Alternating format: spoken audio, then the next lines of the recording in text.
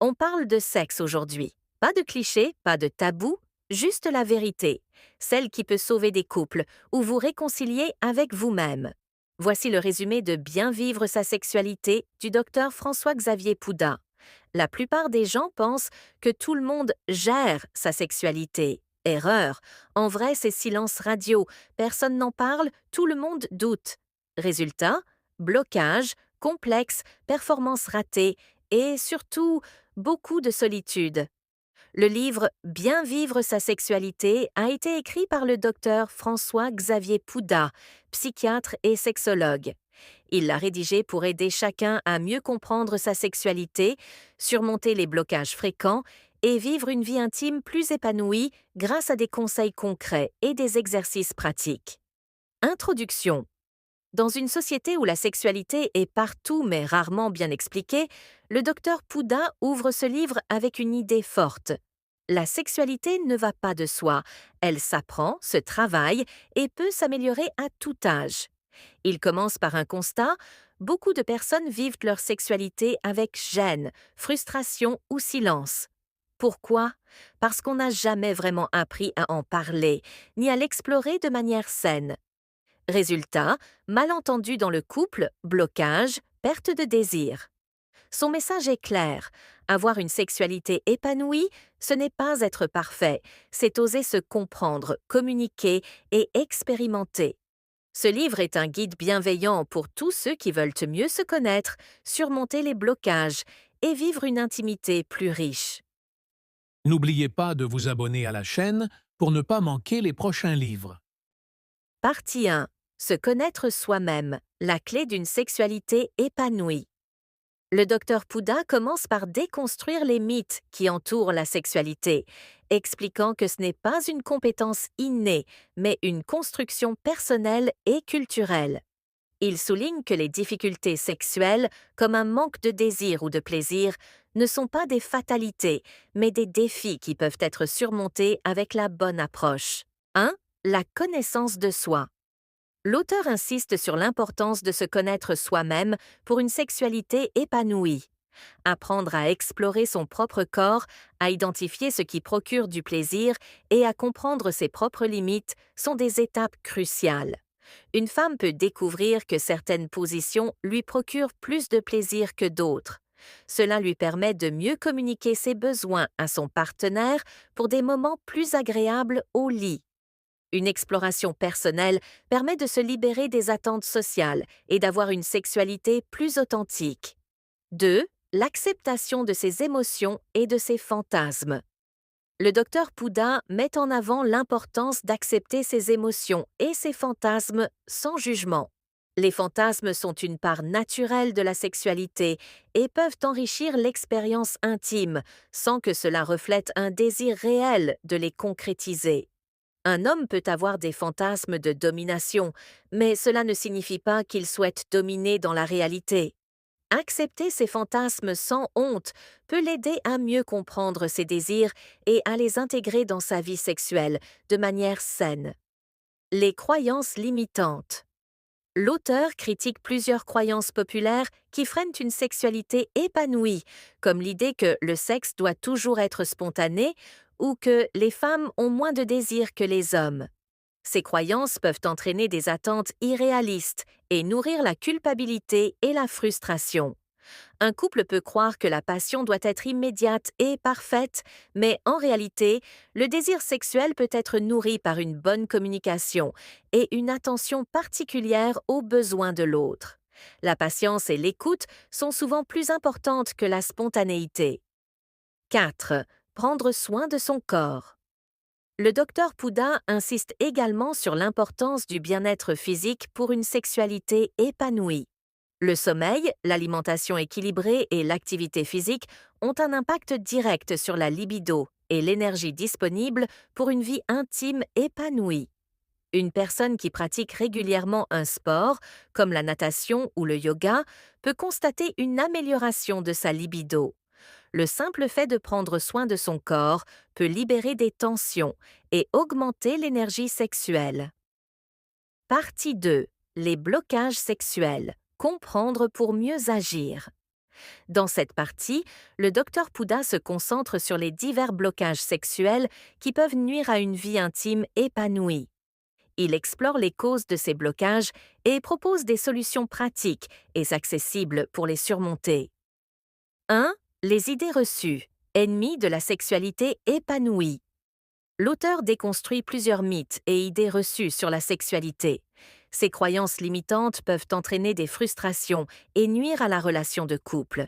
L'idée selon laquelle les hommes ont toujours envie peut entraîner un manque de communication dans le couple. Par exemple, une femme pourrait se sentir rejetée si son partenaire n'est pas réceptif au sexe, mais cela peut simplement être lié à des facteurs tels que la fatigue ou le stress, et non à un manque de désir. Reconnaître cette réalité peut améliorer la compréhension dans le couple. 2. Les troubles sexuels, causes et solutions. Le docteur Pouda met en lumière les troubles sexuels courants, tels que l'anorgasmie, l'éjaculation précoce et les troubles de l'érection. Il explique que ces troubles sont souvent d'origine psychologique, liés au stress, à l'anxiété ou à des expériences négatives passées. Un homme souffrant d'éjaculation précoce pourrait se sentir embarrassé ou frustré.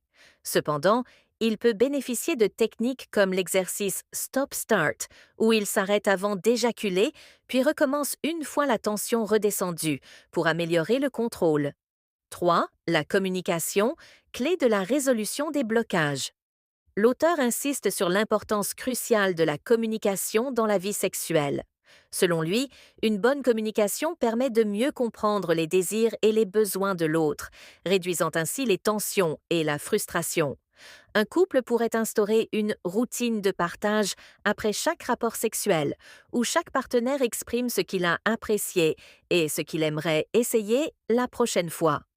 Cela aide à créer un environnement de confiance et de compréhension, où les blocages peuvent être abordés librement. 4. Les exercices pratiques. Passer à l'action. Le docteur Pouda propose des exercices pratiques pour aider les couples et les individus à surmonter leurs blocages. Ces exercices sont basés sur des méthodes de thérapie comportementale et cognitive et visent à modifier les schémas de pensée et à renforcer la confiance en soi. L'un des exercices consiste à pratiquer la respiration abdominale avant un rapport sexuel. En se concentrant sur sa respiration, la personne peut réduire l'anxiété et se détendre, favorisant ainsi une expérience plus agréable. Partie 3. Vers une sexualité épanouie, stratégie et pratique.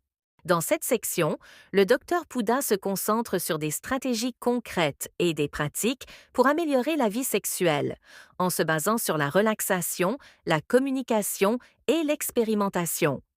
Il propose des solutions pour renforcer la complicité et surmonter les obstacles sexuels rencontrés.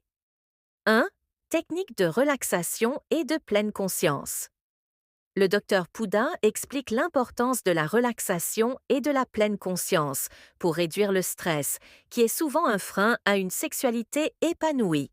Il propose des exercices de relaxation progressive, de respiration profonde et de méditation pour se détendre et se recentrer avant un rapport sexuel. Exemple. Avant un rapport sexuel, un couple peut pratiquer la respiration abdominale.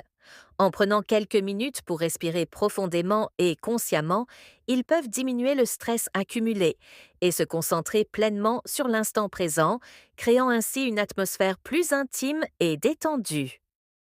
2. Exercices pratiques pour le couple. Le docteur Pouda recommande des exercices à pratiquer à deux pour améliorer la communication et renforcer la complicité.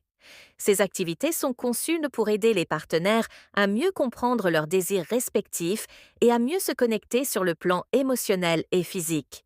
Un exercice simple consiste à partager, chaque soir, un moment de connexion, où chaque partenaire dit une chose qu'il apprécie chez l'autre.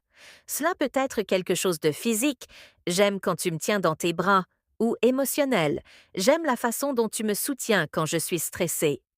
Ce genre de pratique renforce l'intimité et la confiance dans le couple, ce qui peut conduire à une sexualité plus épanouie. 3. Approfondissement du plaisir. Le docteur Poudin encourage l'expérimentation dans le couple pour découvrir de nouvelles formes de plaisir.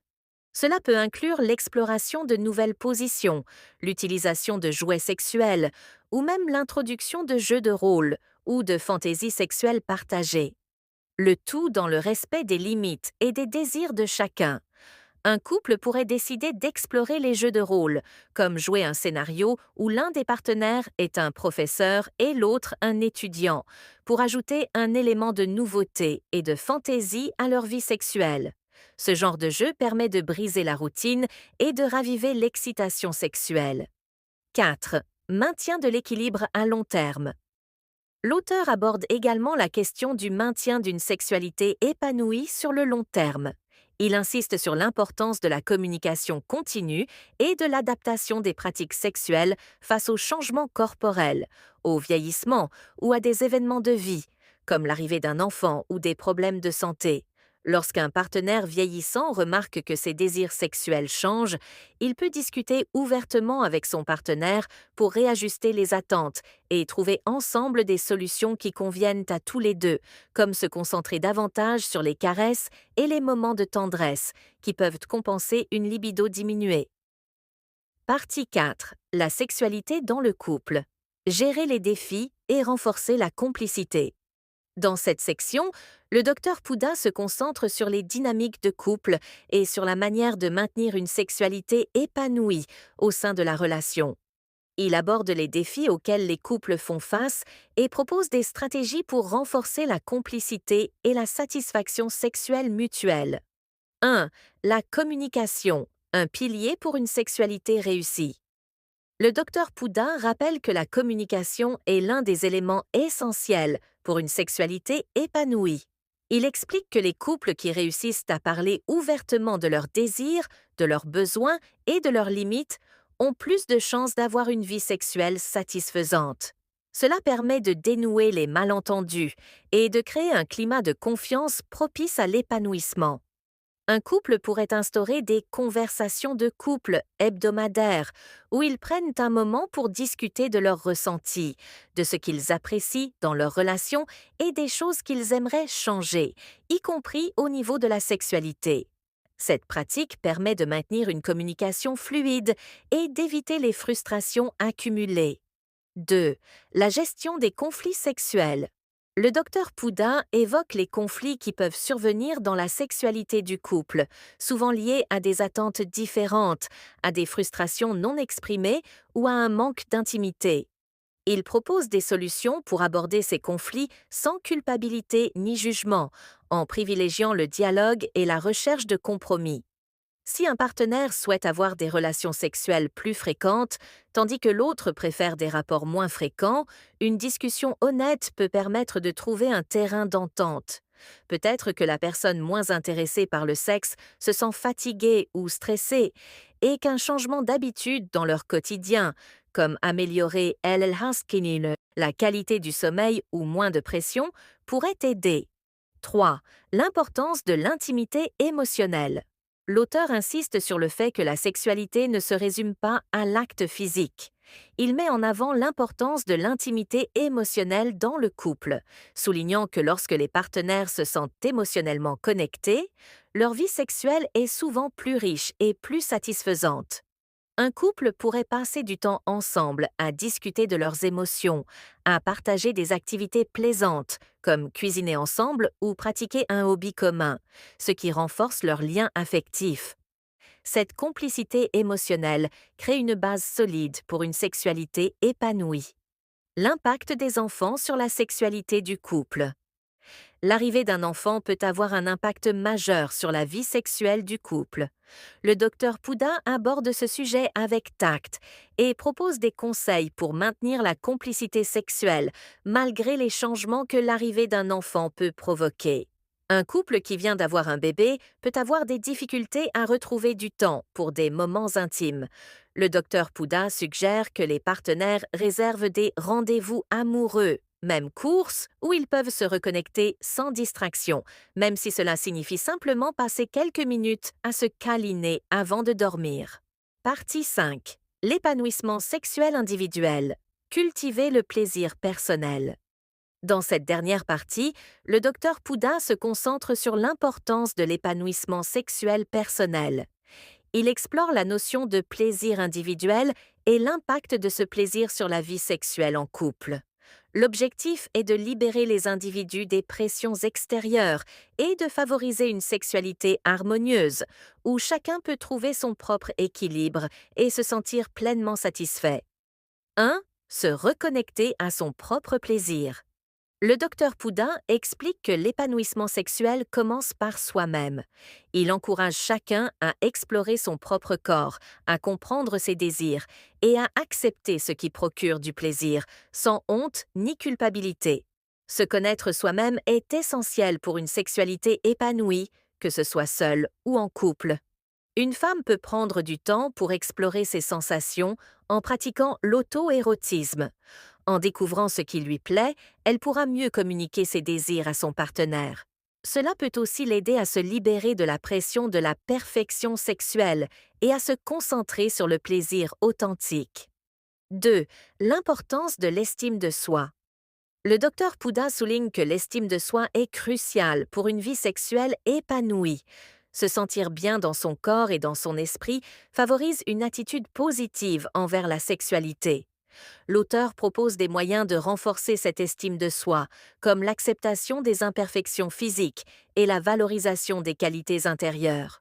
Un homme qui a des complexes par rapport à son corps pourrait travailler à l'acceptation de ses défauts en se concentrant sur ce qu'il aime chez lui, comme sa confiance en soi ou ses qualités relationnelles. En renforçant son estime de lui-même, il sera plus à l'aise dans sa sexualité, libéré des inquiétudes et des jugements extérieurs. L'équilibre entre le corps et l'esprit. L'auteur met en avant l'importance de l'équilibre entre le corps et l'esprit pour un épanouissement sexuel complet. Il conseille de prendre soin de son bien-être général, à la fois physique et mental, pour permettre à la sexualité de s'épanouir. Cela passe par une vie saine, la gestion du stress, mais aussi le respect de soi. Une personne qui pratique régulièrement une activité physique, comme le yoga ou la natation, se sentira plus en harmonie avec son corps et sera moins affectée par les tensions ou les complexes corporels. Cela favorisera une meilleure connexion avec son partenaire et un meilleur plaisir sexuel. 4. Vivre pleinement sa sexualité à tout âge. Le docteur Poudin aborde également la sexualité à différents stades de la vie, en insistant sur le fait que le plaisir sexuel n'a pas de limite d'âge. Que l'on soit jeune ou plus âgé, il est possible de maintenir une vie sexuelle épanouie en adaptant ses pratiques et en prenant soin de son corps. Un couple de plus de 50 ans peut continuer à avoir une vie sexuelle active, en trouvant des positions plus confortables ou en utilisant des lubrifiants pour pallier la sécheresse vaginale. L'important est d'accepter les changements et de s'adapter en fonction de ses besoins et désirs, sans se laisser décourager par les stéréotypes sur la sexualité des seniors. Partie 6. La sexualité dans une société en mutation. Dans cette dernière partie, le docteur Poudin s'intéresse à l'influence de la société moderne sur la sexualité. Il explore comment les normes, les médias, les technologies et les évolutions culturelles modifient notre rapport au sexe. L'auteur invite à adopter une sexualité libre, responsable et consciente dans un monde où les repères traditionnels évoluent rapidement. L'impact des médias et des réseaux sociaux.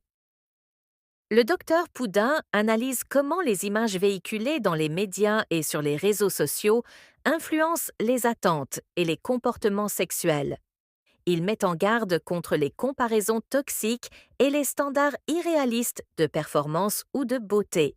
Une jeune femme qui suit des influenceuses sur Instagram peut ressentir de la pression à être toujours désirable ou parfaite, ce qui peut entraîner une baisse de l'estime de soi et une anxiété liée à la performance sexuelle. Le docteur Poudin recommande de se détacher de ces modèles irréalistes et de se recentrer sur ce qui est vrai et authentique dans sa propre vie. 2. La pornographie, outil ou piège. L'auteur aborde aussi la question de la pornographie, omniprésente, et souvent la première source d'informations sexuelles pour les jeunes. Il distingue les usages sains exploration, curiosité, stimulation, des usages problématiques, addiction, déformation de la réalité, isolement. Un homme habitué à consommer de la pornographie de manière excessive peut finir par avoir des difficultés à ressentir du plaisir dans ses relations réelles, car son cerveau s'est habitué à des stimulations artificielles. Le docteur Poudin encourage à reprendre le contrôle de sa consommation, voire à faire une pause pour redécouvrir une sexualité plus authentique et connectée. L'évolution des modèles familiaux et amoureux. Le livre évoque l'élargissement des modèles relationnels, couple non marié, union libre, famille recomposée, polyamour, célibat choisi, etc. L'auteur rappelle que chacun peut construire sa sexualité selon ses propres valeurs, du moment que les relations sont fondées sur le respect, la sincérité et le consentement. Un couple choisit de vivre une relation ouverte, en toute transparence. En établissant des règles claires et en communiquant régulièrement sur leurs émotions, ils peuvent expérimenter une autre forme d'intimité sans trahir leurs valeurs. L'essentiel, selon Poudin, est l'honnêteté mutuelle. 4. Vers une sexualité plus consciente et responsable. Enfin, le docteur Poudin plaide pour une sexualité qui soit à la fois libre et responsable. Il encourage à sortir des conditionnements, à se réapproprier son corps et ses désirs, tout en respectant ceux des autres. Il valorise l'écoute de soi, le consentement, la bienveillance et la liberté individuelle. Une femme apprend à dire non sans culpabilité lorsqu'elle ne souhaite pas avoir de rapport, ou à exprimer ses envies sans honte. Ce simple acte, dans le respect de soi et de l'autre, est déjà une forme puissante d'émancipation sexuelle. Conclusion. Bien vivre sa sexualité, c'est avant tout apprendre à se connaître, à s'accepter et à construire une relation authentique avec soi-même et avec l'autre. Dans un monde où la sexualité est souvent déformée par les normes sociales, les images idéalisées et les tabous, François-Xavier Poudin nous invite à retrouver une sexualité libre, respectueuse, consciente et profondément humaine. Tu veux vivre ta sexualité, pas juste la subir? Ce livre est pour toi. Et si ce genre de résumé te plaît, abonne-toi. Ici, on parle des vrais sujets, sans filtre.